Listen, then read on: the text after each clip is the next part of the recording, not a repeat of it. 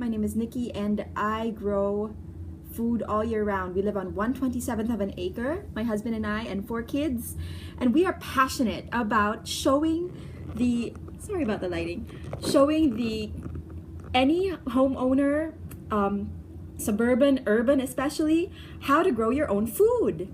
So today's topic, and I want to know if anybody here on the call is planning on starting. Hello, welcome from Russia or Russian-speaking country. I would love to hear what your name is and where you are growing your food. If you live in a townhouse, if you have a yard, or you are seed starting, please use the chat box. And there's a little person here that you can tap on, and that will share this broadcast so that other people can know about how to start their seeds and how to successfully start it. In fact, I have a little cheat sheet right here that I wanted to walk you through so that we can go. Thank you for the hearts. That validates this broadcast, because that way people will know that this is important. So let me just show you. So if you have ever wanted to grow more vegetables or seeds on your own, this is the place to be. So thanks for the hearts. So once again, if you are growing or seed starting your seeds in flats, this is where you this is where I'm going to teach it. Okay, so the first step is I'm going to give you 3 seeds that you can start today, and these are tomatoes, spinach, and kale. So hello Dodd, hello Bunch, hello John, welcome. Okay, so these are some seeds that we can start today, and I have, like, let me see, I'll show you here. You can see this, the numbers here that'll show you. In one flat, you can actually get, in one seed flat that looks like this, because the first step is get flats and fill them with soil. So a flat looks like this. You can make it. And if you get this this handout, you can find the resources where to buy them online. Some Home Depot or they may have these plastic flats. You can make them out of trays or just food trays. I've seen people get those aluminum foil tray pans and fill them up with soil.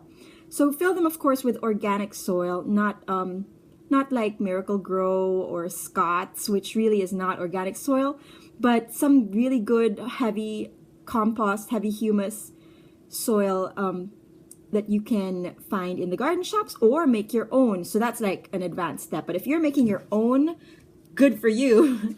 So yeah, let me know if you growing. Are you guys planning to grow? Let me know if you are growing or you have grown, and what have you grown in the past? Have you grown tomatoes or spinach or kale? Because these are the 3 seeds or plants that we are talking about today. So see how it says here, the approximate amount of seeds in a flat would be 187. That is not, that is pretty normal. Thank you for the hearts.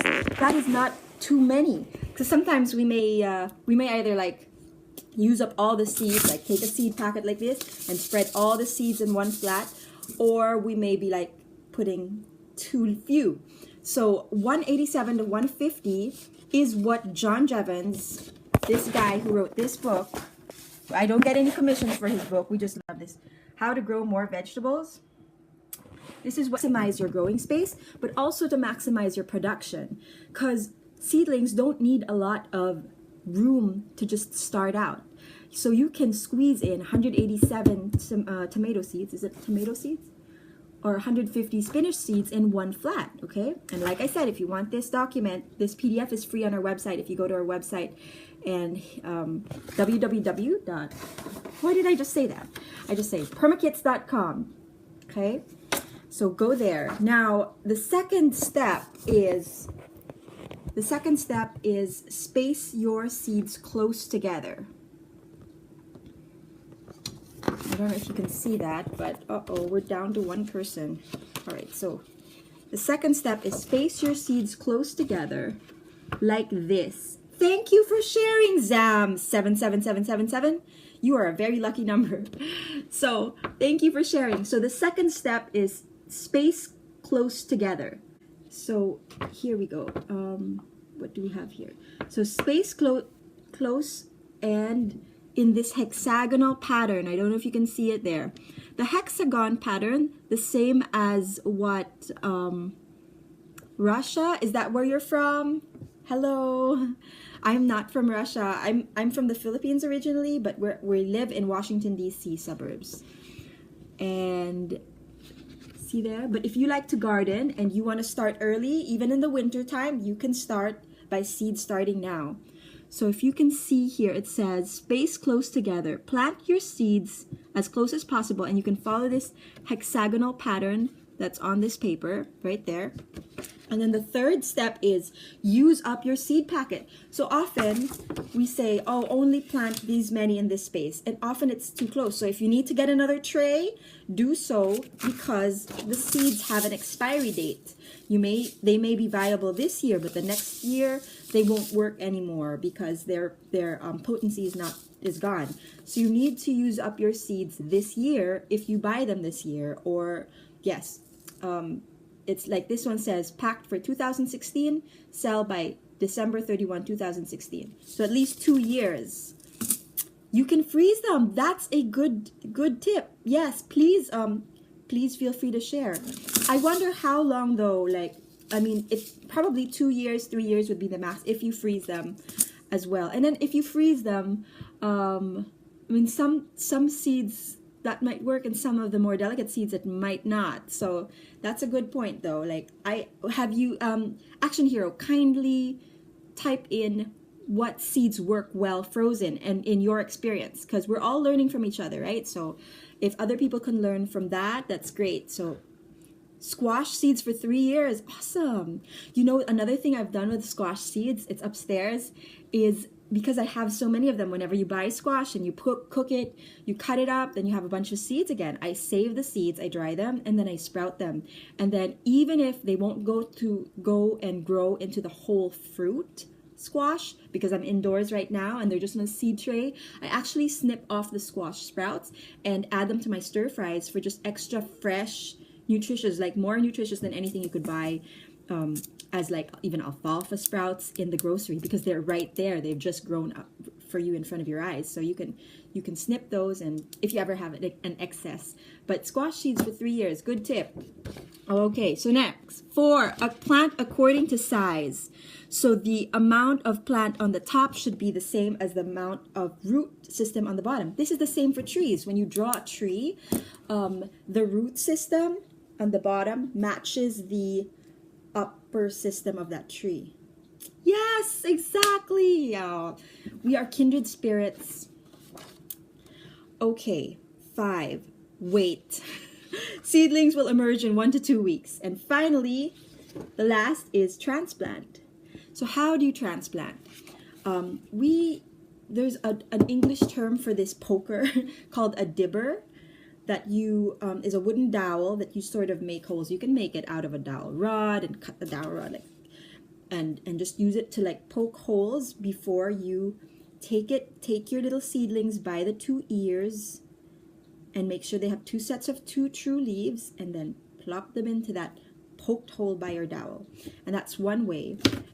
It's more illustrated in this handout, which you can get from permakits.com for free, or it's more like well spoken of or well written by thank you for the hearts, by my husband, who's written a blog on this week on our website. Same thing, permakits.com. Okay, so if you have not yet gotten this, now any Q&A now any other questions or tips or anything gardening wise, seed starting wise, thank you, that you'd like to, and feel free to share. So there's a little that little man there. If you click on him, it sends out the share to all your Twitter friends, and they can benefit from this as well, hopefully replaying this. Hello Douglas, Felix, I'm sorry that this is the end of the Periscope, and we're actually in the Q&A session. Yes, especially now. We live in Zone 7B in the US, which right now our temperatures are at, I don't know, 30s. We just had a snowstorm in the Northeast. So we have hardened out, now we don't set out squash yet, but there are the things that we plant right now that are outside: Claytonia, miner's lettuce, something called corn salad mash, which we got our seeds from Baker's Creek because they have an extensive seed list of heirlooms that we like.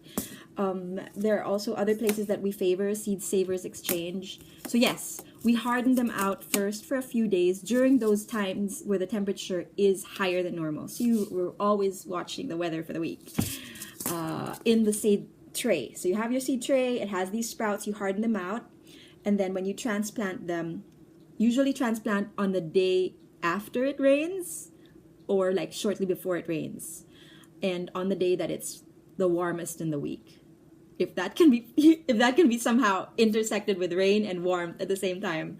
But you just have to you transplant half so that if that one half dies, then you wait and then okay, I choose a better day for transplanting. No, we leave them in the seed tray. Now, there are seeds where you do 2 flats. Ooh. So let me see if I can. That's a good question. So the question was, it disappeared, but do you transplant in second trays? And the nice thing about this book is it has these charts. And these charts actually tell you, like, look at these flats. Flats, approximate number of weeks in first flat, approximate number of weeks in second flat. So if you see a blank there, then it tells you, okay, you don't need the first flat or the second flat, or I only need the first flat, for instance, but I don't need a second flat. And it also tells you that, thanks for the hearts.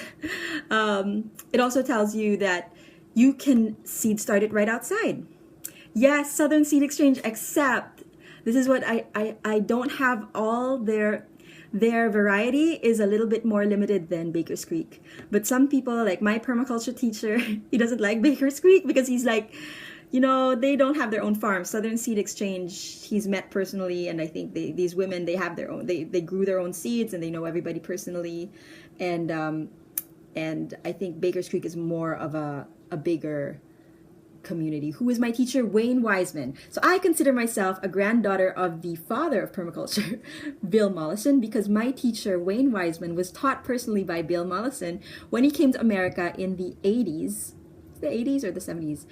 And he only taught 4 Americans, Bill Mollison, who's an Australian. So he only taught 4 Americans, and after that he said he didn't want to teach Americans in America. So I guess he taught other Americans, but he taught them in Australia. So my teacher, Wayne Wiseman, he does Permaculture Project, the permacultureproject.com.org. He's teaching again in George Mason University, he's coming near my place at George Mason University in Virginia this coming March. So shout out to him. All right, so any other questions? Where do you grow?